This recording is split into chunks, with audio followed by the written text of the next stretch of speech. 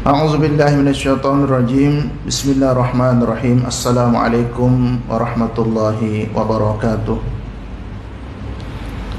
Alhamdulillah wa kafa wa sallallahu wasallam ala nabiyil mustafa wa ala alihi wa sahbihi al-sidqi wal wafa. Asyhadu an la ilaha illallah wahdahu la syarika lah wa asyhadu anna sayyidana wa nabiyyana Muhammadan abduhu wa rasuluh. Allahumma salli wa sallim wa barik ala sayyidina Muhammadin wa ala ali sayyidina Muhammad. Rabbi syrah li sadri wa yassir li amri wahlul 'uqdatam min lisani yafqahu qawli. Allahumma yassir wa la tu'assir rabbi ya Allah. Rabbi tammim lana bil khair wa ba'du. Alhamdulillah, puji syukur kehadirat Allah Subhanahu wa taala di sebuah hari yang mulia ini, di hari-hari yang penuh dengan keberkahan, 10 hari pertama daripada bulan Zulhijjah. Kita berada dalam bulan mulia, di tempat yang mulia, tempat kita mendirikan solat fardu 5 waktu, dan insyaAllah bersama-sama dengan orang-orang dimuliakan oleh Allah yang sanggup untuk datang untuk menunaikan seruan Allah solat subuh secara berjamaah. Alhamdulillah. Salawat dan salam kepada junjungan kita baginda Rasulullah Nabi besar Muhammad sallallahu alaihi wasallam. Mudah-mudahan Allah Subhanahu wa taala sentiasa memberikan kepada kita kesehatan, keafiatan, mudah lidah kita untuk berzikir, bersalawat, memuji Allah Subhanahu wa taala, bersalawat sebanyak-banyaknya kepada baginda Rasulullah sallallahu alaihi wasallam. Kerana dengan salawat itulah kita ada ikatan, kita tidak terlepas daripada mengikat diri dengan sunnah Rasulullah dan dengan Rasulullah sallallahu alaihi wasallam.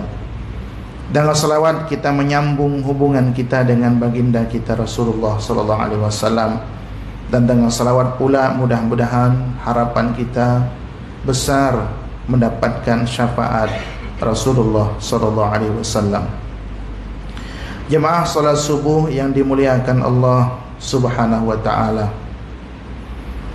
kita berada di bulan mulia menjelang kita melaksanakan satu sunnah agung di dalam bulan ini, yaitu solat sunat Idul Adha dan ibadah kurban. Jadi atas itu kita mengambil keberkahan, sedikit kita sentuh untuk kita bersama-sama merenungi tentang ibadah kurban.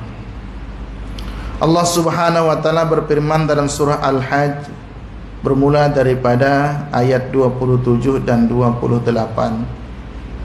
A'udzubillahi minasyaitonir rajim. Wa'adzim bin nasi fil hajji ya'tuka rijalan wa 'ala kulli dhamiri ya'tina min kulli fajjin 'amiq. Kata Allah Subhanahu wa taala kepada Nabi Allah Ibrahim, wahai Ibrahim,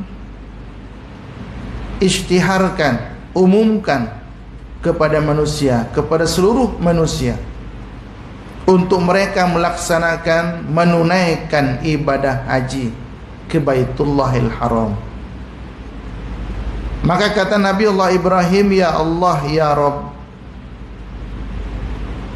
macam mana saya boleh menyampaikan suara saya kalaupun terdengar sejauh mana, lagi kan nak sampai ke seluruh, ke penjuru dunia.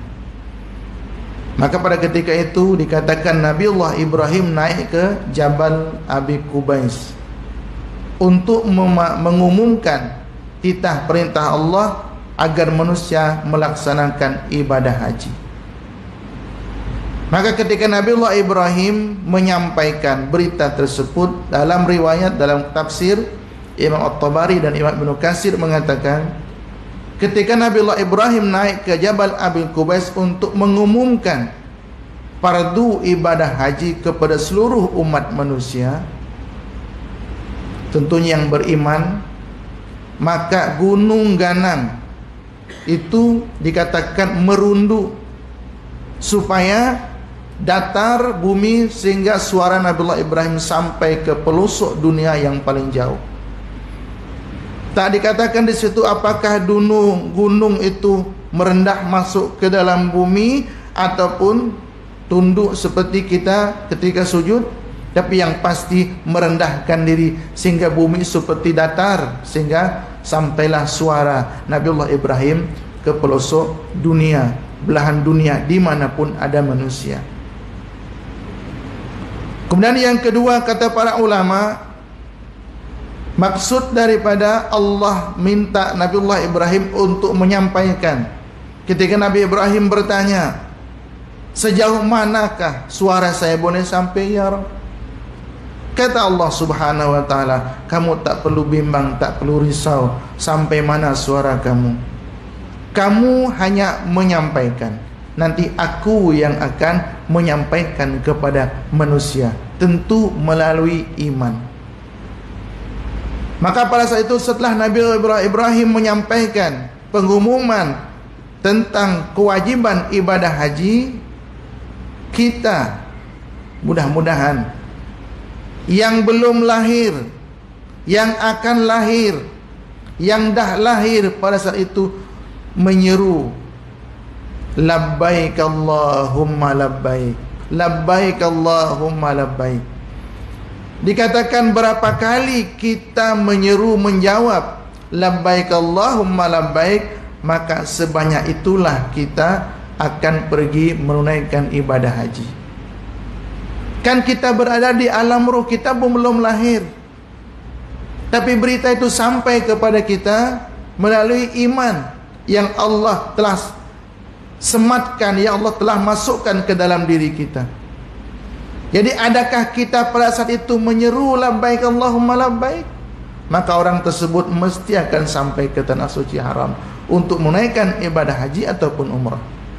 Berapa kali dia menyebut labbaik Allahumma labbaik, maka sebanyak itulah dia akan menunaikan ibadah haji ataupun umrah.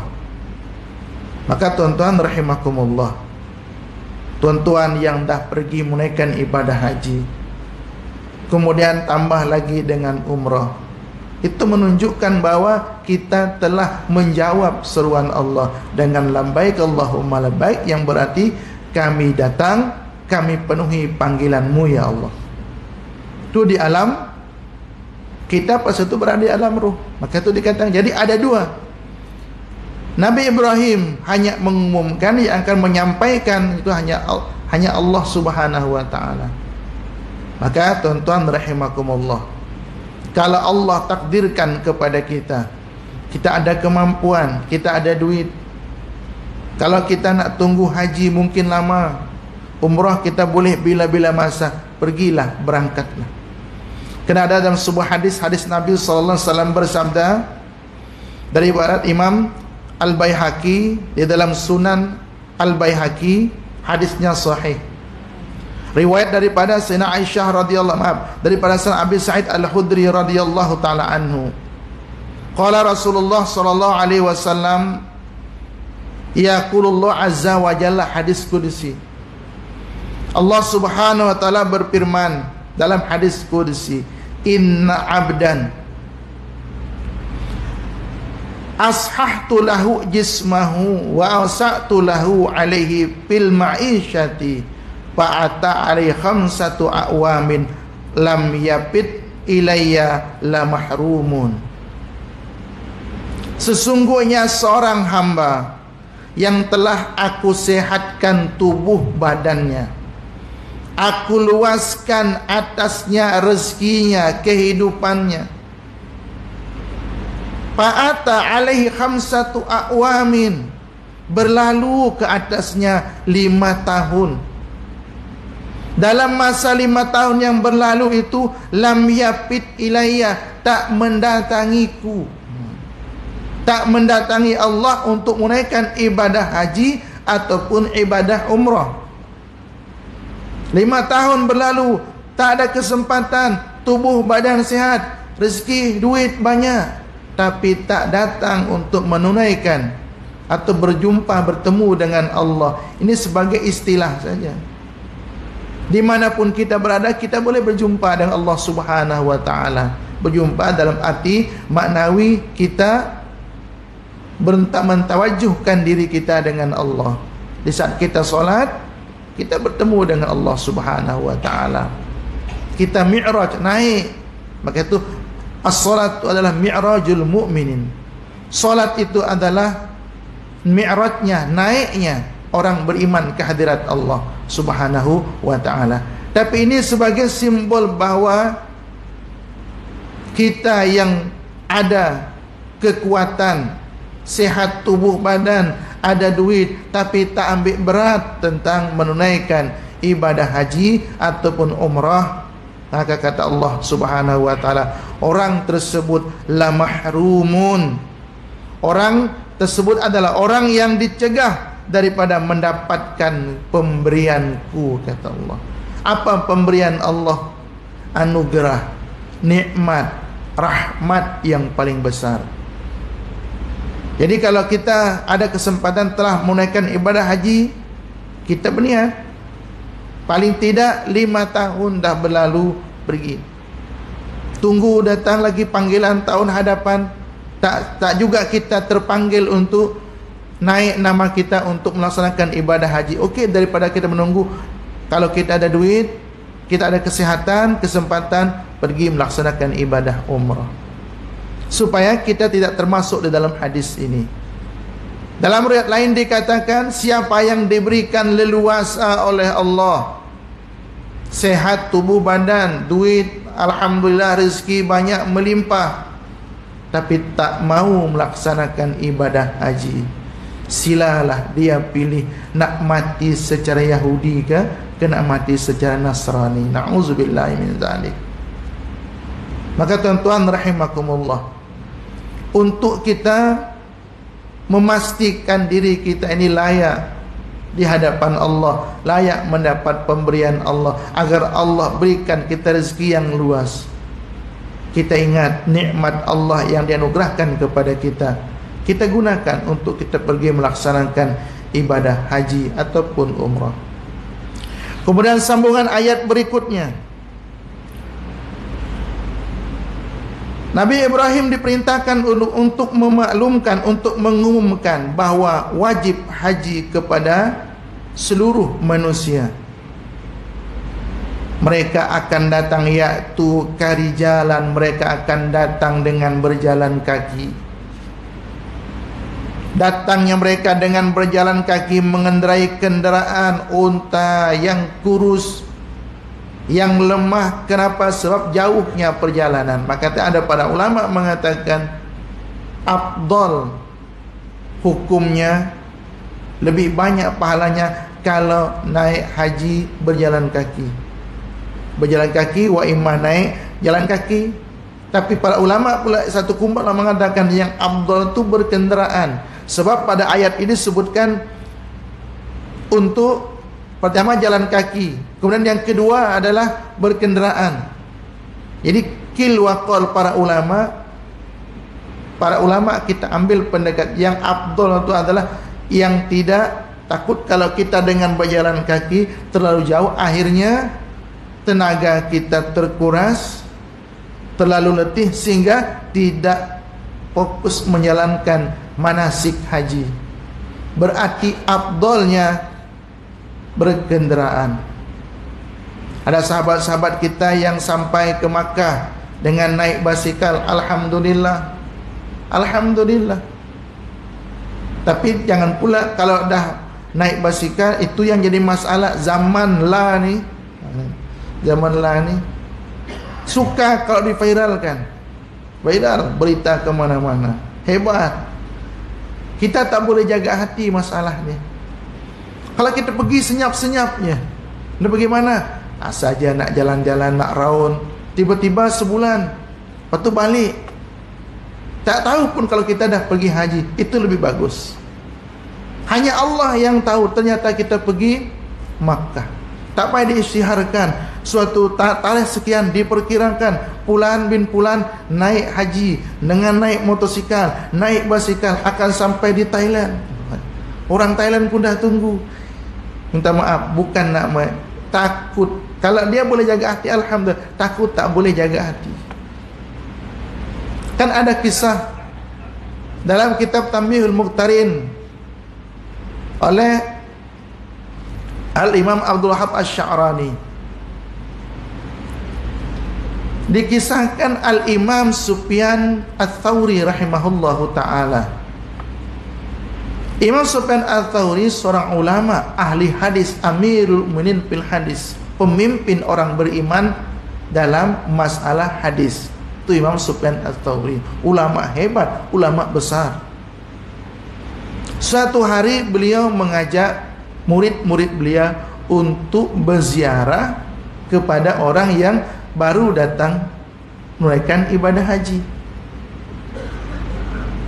Maka ketika beliau datang menziarahi orang yang menunaikan ibadah haji, menunjukkan bahwa itulah sunnah, salah satu sunnah Nabi, kita menziarahi orang yang baru datang daripada tanah suci Makkah. Kalau di tempat kami, di tempat saya, itu 40 hari. 40 hari itu macam orang habis bersalin, duduk je di situ tu tunggu orang ziarah. Ya kan, duduk maksudnya habis, kalau orang tak ada dia solat-solat lah, duduk tunggu orang ziarah 40 hari. Tak keluar dulu pergi lepak-lepak, tak ada. Tu kalau di satu tempat, di tempat kami macam tu. Nah, kalau kita tak buat macam tu pun cukuplah. Kalau dia dengar dia datang, kita datang. Bukan nak air, nak kurma, nak buah kismis, nak kacang pula. Tak. Niat adalah menziarahi orang yang baru datang daripada haji. Sebab mata dia, tangan dia bukan pernah mengecup Hajar Aswad, menyentuh Kaabah, menyentuh kiswah Kaabah. Mata dia baru menatap Kaabah Al-Musyarrafah.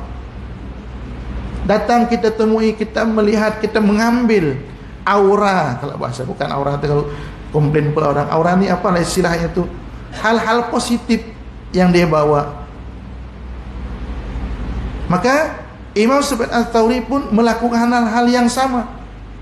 Manakala sampai di tempat tuan rumah yang baru datang haji, dipersilakan, sila jemput masuk tuan Syekh. Semua murid-murid masuk, dihidangkan makanan. Tengah-tengah makan, nak dihidangkan air, kata tuan rumah kepada istrinya, "Istriku, ambil cawan yang bagus dengan jaknya sekali untuk sajikan air zam-zam yang kita pergi haji yang kesekian pada masa itu." Mungkin dia beli cawan khas bagus pada masa itu. Jadi tak disajikan dengan cawan biasa-biasa. Ini kan ulama yang datang. Imam Sufyan Ats-Tsauri mendengar bahawa si tuan rumah ini mengatakan, bagi cawan yang elok, yang cantik, yang kita pergi haji yang kesekian pada hari itu. Apa kata Imam Sufyan Ats-Tsauri? Astaghfirullahalazim, kata beliau. Astaghfirullahalazim, tuan rumah ni telah menghancurkan, meruntuhkan nilai ibadah haji dia tahun lepas dengan tahun ini. Nak menunjukkan bahawa kami ni pergi haji bukan hanya kali ini. Pada masa yang tu kami pergi haji juga. Nak tunjukkan, nak perdengarkan. Maka kata Imam Sufyan Ats-Tsauri, 2 kali 2 ibadah haji hancur seketika, habis, tak ada pahalanya. Sebab menunjuk-nunjuk. Nah, maka itu tuan-tuan rahimakumullah, kalau kita nak pergi haji ataupun umrah, bismillah. Zaman sekarang kan banyak dugaannya. Rasa tak best kalau kita pergi haji, pergi umrah, tak selfie. Belakang kita Kaabah, kita ambil gambar. Apakah masalah kalau kita ambil gambar di belakang kita Kaabah? Secara adab sangat bermasalah. Kita membelakangi Kaabah. Kita membelakangi Kaabah. Maka itu di antaranya, kata para ulama, tak elok. Tapi kalau kita ambil gambar bukan depan-depan macam tu, gambar Kaabah kita ambil, orang kata pula, tu gambar Kaabah, awak mana? Tak puas hati pula kita, orang nak pertanyakan kita pergi haji kita, mana awak gambar pergi cium Hajar Aswad? Hanya dia paksa untuk dia cium Hajar Aswad, sambil na'udzubillah, di depan Hajar Aswad kena dia fokus untuk kamera, bukan cium Hajar Aswad, na'udzubillah. Banyak kejadian macam tu. Maka tu di antara ada teguran daripada masyayikh Timur Tengah itu. Orang-orang yang datang dari Nusantara ni kan memang paling gemar untuk ambil gambar ketika melakukan ibadah. Sebab kita tak datang hari-hari. Betul. Maka tu kalau kita boleh jaga hati dan perasaan ketika kita berada di sana, silakan. Ada kawan-kawan kita buat live, mungkin live tu untuk keluarga tu, makan melalui Facebook. Sampai Donald Trump pun tengok. Apa kepentingannya Donald Trump tengok kita dari Facebook? Abah nanti kan anak pesan, ayah abah nanti kalau abah pergi haji, waktu di Kaabah tu abah ambil lah video call. Abah apa video call guna FB, disaksikan oleh seluruh dunia. Pada anak tu maksudnya pakai WhatsApp lah supaya dia dan anak. Tak apa kalau untuk keluarga, untuk ambil keberkahan, tengok direct Kaabah. Kalau kita boleh jaga hati dan perasaan. Kalau tidak, kita rasa angkuh, kita akan rasa ada rasa lain. Na'udzubillah, takut penat-penat pergi sana, buang duit banyak, bukan buang duit, pakai duit banyak, pahala tak dapat. Nak pula balik tu mesti orang panggil haji. Kalau tak siap, isytiharkan. Alhamdulillah tuan-tuan, saya baru balik daripada haji. Jadi tolong tuan-tuan panggil saya haji tau. Nah, itu juga na'udzubillah min zalik. Ya, tuan-tuan rahimakumullah. Mereka akan datang memenuhi seruanmu wahai Ibrahim untuk mereka melaksanakan ibadah haji. Mereka akan datang menggunakan kenderaan-kenderaan yang mungkin kenderaan dah lemah kerana terlalu jauhnya berjalan, dan mereka akan datang daripada penjuru mana-mana tempat di mana mereka ada orang beriman. Kemudian selanjutnya ayat yang ke-28, liyashhadu manafi'a lahum. Di antara juga fadilah daripada melaksanakan haji ini supaya mereka dapat menyaksikan, menikmati manfaat-manfaat untuk mereka. Jadi maknanya ketika orang melaksanakan ibadah haji, perasaan dia tu lain. Sebab dia menyempurnakan rukun Islam yang kelima ketika dia melaksanakan ibadah haji. Kemudian mereka di sana akan menyebut nama Allah sebanyak-banyaknya pada hari-hari yang telah ditentukan, yaitu pada prosesi haji dan kemuncaknya, yaitu pada ketika wukuf di padang Arafah. Mungkin hari Rabu kalau ikut kita di sini. Jangan sesuaikan dengan di sana, kita tak tahu. Mungkin mereka hari raya lebih awal, kita hari Kamis, di sana hari Rabu. Kita jangan ikut yang di sana, kita tempat lain, kita ikutlah yang mana yang ikut tempat kita, waktu kita di sini. Jadi mereka akan merasakan nikmatnya, menyaksikan nikmatnya. Kemudian mereka, kata Allah Subhanahu wa taala, diperintahkan untuk mereka menyembelih haiwan kurban. Nah, tuan-tuan rahimakumullah, saya yakin kita telah pun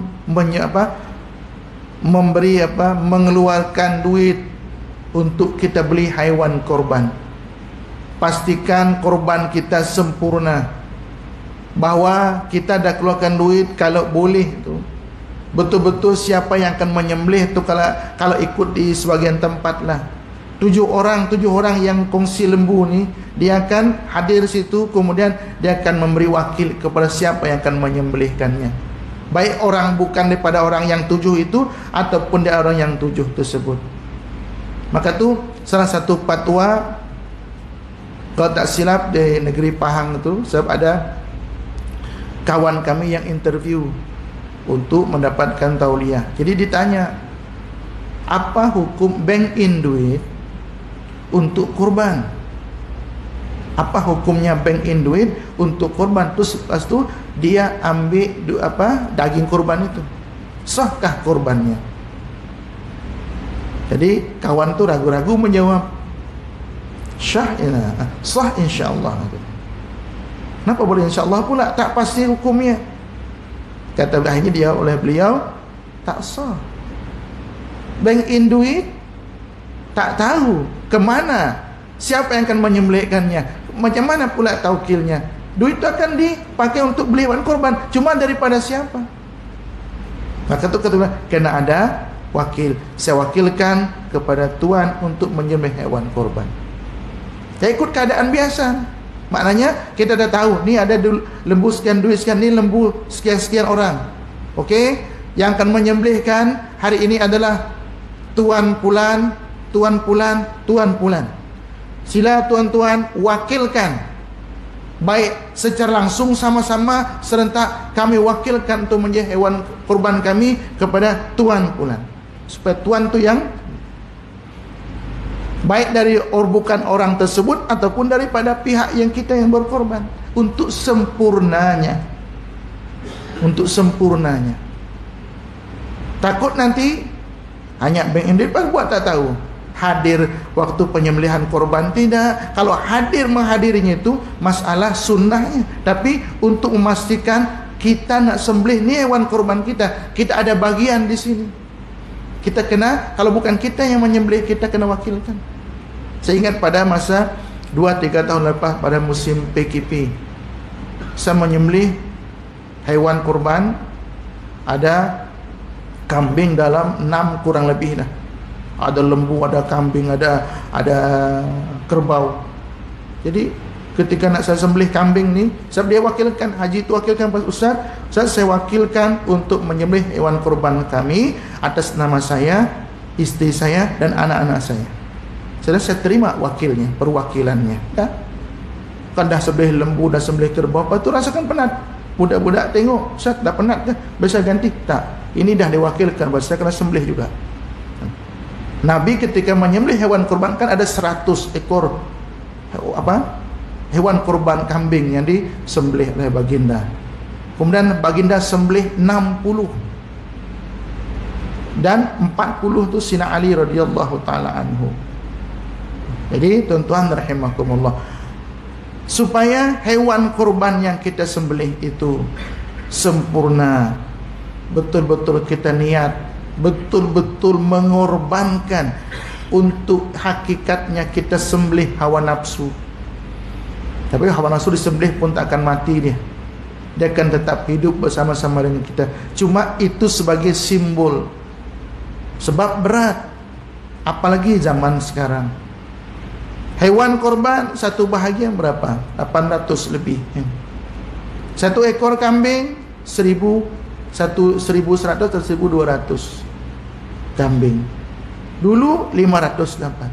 Nah, persoalannya, minta maaf tuan-tuan rahimakumullah, kalau kita ada, mungkin kita nak sembelih, nak berkorban tapi mahal, kita tak cukup duit untuk 850 ataupun 1.000 lebih untuk ekor kambing.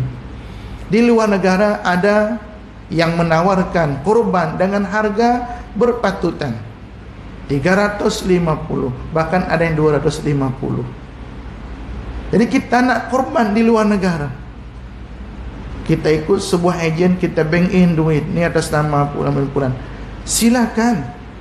Cuma tolong pastikan betul-betul dia bagi duit itu untuk beli hewan korban. Takut-takut harga kat situ maintain harga 3,5, 200 sampai hari ini kita ada naik sampai 800. Maka kita nak korban di sana, silakan. Kalau memang betul-betul takut-takut dulu, katakan sekarang untuk dapat kita collect duit untuk buat korban ke sebuah ejen misalnya, patut 100 ekor kambing, berarti untuk 100 orang. Bawa ke sana, ternyata harga dah naik. Harga dah naik, tak sampai, tak cukup untuk beli 100 ekor kambing, hanya cukup untuk 80 ekor kambing. Kita dapat sijil yang kita korban di sana, tapi ternyata dekat sana cuma kita tolong 20 orang, tolong korban saudaranya. Itu yang kita risaukan. Maka kalau kita dapat pastikan bahwa duit kita betul-betul dibelikan haiwan kurban, disembelih di sana, ada paling tidak tu ada saksi. Sebab ada kawan saya duduk di sekitar Sentosa sini, dia biasa buat kurban di Kamboja. Dia akan bawa duit itu, duit korban-korban yang dikolek tu, bawa lembu, bawa kambing, bawa pun ke pelosok yang memang betul-betul mereka makan daging setahun sekali. Itu kalau nak makan daging setahun sekali, Masya Allah. Maka di saat hari Raya Idul Adha inilah hari mereka makan daging. Dia memang betul-betul bawa ke pelosok itu. Tak boleh guna kereta-kereta biasa, kena yang double guard untuk naik. Dia katakan, Ustaz minta maaf Ustaz, saya nampak yang ejen-ejen yang disebutkan, tapi tak disebutkan salah satu ejen mana. Entahlah diurus ke tak, macam tak sah ya aku tengok kan. Diserah macam tu ya, tak ada yang uruskan. Tak pun mereka terlalu memerlukan, kerana ada kawasan yang memang memerlukan daging kurban, tapi di pelosok yang memang mereka memerlukan itu nak bawa ke sana kos untuk bawa ke sana satu hal. Dah beli kambing, siapa yang menanggung kosnya? Akhirnya sembelih je lah mana-mana tempat. Ini berita daripada kawan saya yang menceritakan. Jadi silakan untuk buat hewan kurban di mana dua negara yang terjangkau harganya, tapi pastikan memang betul-betul dia buat. Kalau tak betul-betul dia buat, bukan katakan rugi, tetap ada nilainya di sisi Allah Subhanahu wa taala. Macam tadi itu, sepatut kita beli 100 ekor kambing, ternyata dapat 80. Berarti ada di antara kita yang 100 orang tu yang tolong 80 orang berkorban. Pahala dapat, tapi tak dapat pahala kurban lah. Itu tak dapat pahala kurban. Jadi kalau kita dapat, pastikan, silakan. Maka kalau daripada was-was misalkan, okey. Kalau memang kita betul-betul nak berkorbanlah di tempat kita, kan lagi senang.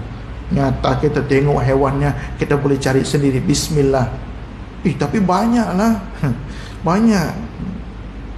Namanya saja berkorban. Memang mesti berat. Kalau ringan bukan korban namanya. Oleh kena berat itulah, makanya namanya korban, namanya pengorban itu berat. Tak ada pengorbanan yang senang lenang, tak ada. Mesti berat di hati. Tapi kerana itu adalah merupakan ketaatan kita kepada Allah, kita bismillah laksanakan. Kemudian ala ma razaqahum min bahimatil an'am, haiwan-haiwan korban yang kami berikan kepada mereka untuk mereka korbankan pada hari Idul Adha dan 3 hari tasyrik. Ini ayat ini bermula perintahnya untuk mereka-mereka yang melaksanakan haji di sana, tapi juga untuk seluruh umat muslim dimanapun mereka berada. Kemudian sambungan ayat, pakulu minha, makanlah daripada daging hewan korban kamu. Kalian makanlah daripada daging itu, jangan tidak. Maka tu orang bertanya, bolehkah kita makan daging korban? Boleh. Cuma jangan pula, maka tu dikatakan dibahagi 3. Kambing yang biasa 30 kg dagingnya. Kalau kita ambil 1/3, 10 kg kita, 10 kg kita sedekahkan, 10 kg dihadiahkan. Sedekah berarti bagi masak, hadiah bagi mentah-mentah masak sendiri. Kita tak perlu buat macam tu. Kalau kita korban nanti masing-masing ambil 1/3, nanti tak cukup. Maka tu kalau afdolnya bagi seluruhnya, tapi boleh kita makan. Dan kita pula korban, lepas tu kita yang berkorban. Kalau kita lembu tu kita sendiri punya, mana tak ada orang tumpang, seorang saja minta pahala, tak apa. Tapi kalau bertujuh, satu minta paha, satu minta kaki depan, satu minta kepala, Lepas tu mana yang akan dibagikan? Kalau kita minta ekornya sekalipun, hewan yang dikorbankan kita minta ekor, berarti kalau kita berkongsi 7 orang di 1 ekor daripada ekor lembu itu, berarti kita berkongsi 7. Kita kena minta halal dengan kawan-kawan kita. Saya minta halalnya, nih saya ambil ekor nih, nak buat sop ekor, silah. Aku pun nak juga. Itu susah lah macam tu. Jangan ambil, karena bagian kita tu ada kat situ. Cuma ingat, kalau kita berkongsi, kalau kita sendiri personal punya, silakan. Nak ambil paha, nak ambil ekornya, kalau ada ekor dia 7, ambil 7 ekornya. Misalnya. Maka tu tuan-tuan rahimakumullah, di sini Allah pesankan, makanlah daripada daging korbanmu, jangan tak makan. Cuma jangan pula sampai berlebihan. Kita nak berkorban, kita kerap makan daging. Ada sahabat-sahabat kita yang jarang makan daging. Seorang perebutkan tu kaki kan, yang pandai masak lah. Saya teringat ketika sembelih lembu banyak tu, kawan saya ada pandai masak sup kaki itu. Dia pandai. Kalau dia masak, sedap makan. Pada masa tu dia balik kampung. Lepas tu saya minta masak. Saya tanya lah, apa nak buat. Dan macam-macam letak dah. Letak ini saya letak, rasa kurang, ada yang kurang. Rasa sup kurang, saya tambah lagi supnya. Sampai tak ada lagi rasa lain. Saya pun pening. Buat apa namanya ni? Tak jadi-jadi. Sebab kalau kita tak pakai, memang tak jadi. Maka itu tuan-tuan rahimakumullah, maksud saya, kalau kita sembelih hewan kurban berkongsi di lembu seekor, tentu kita kena minta halal dengan kawan-kawan kita yang takut dia nak juga, sebab dia ada bahagian kat situ untuk mengambilnya. Itu je, supaya kita minta halal. Termasuk ekor kan, sop ekor lembu hanya seekor, 1 saja ekornya. Maka kita minta halal. Watimul ba'isal fakir, bagilah makan kepada orang-orang fakir miskin yang berhajat. Kita boleh beli dekat NSK tu nak berapa kg, tapi lain dengan daging korban. Paling tidak daging korban ini adalah daging yang mana dipersembahkan, disembelih kerana Allah. Berkahnya lain. Maka tu ada yang mengatakan, kalau kita yakin daging korban ini adalah yang dipersembahkan untuk Allah, yang kita makan, jangan risau yang tak boleh makan daging. Kalau dia betul-betul yakin, tak akan terkena istilah darah tinggi dan seumpamanya. Tapi kalau kita nak coba-coba saja, takut nak cobalah, nak paksa-paksa yakin, tak boleh. Sebab beza daging yang disembelih biasa untuk dimakan dengan daging yang disembelih khas untuk Allah, dikorbankan kerana Allah, lain keberkahannya. Maka itu diperebutkan oleh ramai. Cuma itu kita kat sini, saya nampak itu kulitnya yang tak ada yang memanfaatkan kulitnya. Kalau di luar sana, Indonesia, tak ada yang dibuang. Tak ada yang dibuang. Kulitnya, dalaman itu, Masya Allah. Kita tak pandai masak. Tuan-tuan rahimakumullah. Jadi sila makan daging korban yang kita korbankan. Kalau kita mau, boleh. Kalau kita tak nak, tak ada masalah. Kemudian terkait juga dengan bulan mulia ini, yaitu sebuah hadis Nabi SAW tentang hari Arafah, itu 9 Zulhijjah. An Aisyah radhiyallahu taala anha anna Rasulullah sallallahu alaihi wasallam qala ma min yaumin akthara min ayyatikallahu fi 'abdan minan nari min yaumi Arafata wa innahu la yadnu thumma yubahi bihimul malaikata fayaqulu ma arada haula'i. Daripada Sayyidina Aisyah radhiyallahu taala anha, tidak ada satu hari yang lebih banyak Allah memerdekakan hamba-hambanya yang dia tu patut masuk neraka. Memang patut masuk neraka. tapi dibebaskan oleh Allah pada hari itu. Itu pada hari Arafah. Dibebaskan oleh Allah pada hari Arafah itu lebih banyak. Maka para ulama mengatakan lebih banyak daripada yang dimerdekakan oleh Allah di bulan Ramadan, di malam bulan apa? Lailatul Qadar.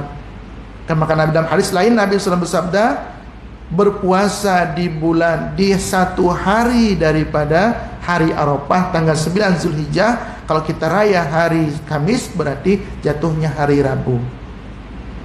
Siapa puasa pada hari itu, kata Nabi SAW bersabda, saya mengharapkan itu sebagai tebusan dosa tahun lalu dan tahun hadapan. Tahun lalu berarti tahun yang kita lalui, dan tahun yang akan hadapan. Dan berarti tahun 1444 dengan 1445. Satu hari tapi Allah sebagai kafarat dosa, diampunkan dosa tahun hadapan.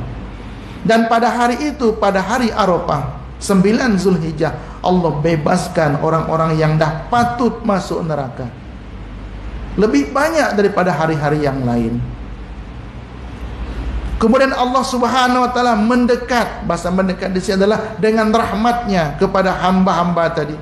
Kemudian Allah mengatakan kepada para malaikat, wahai para malaikatku, apa yang mereka nak? Apa yang kita nak setelah esok kita akan beridul adha?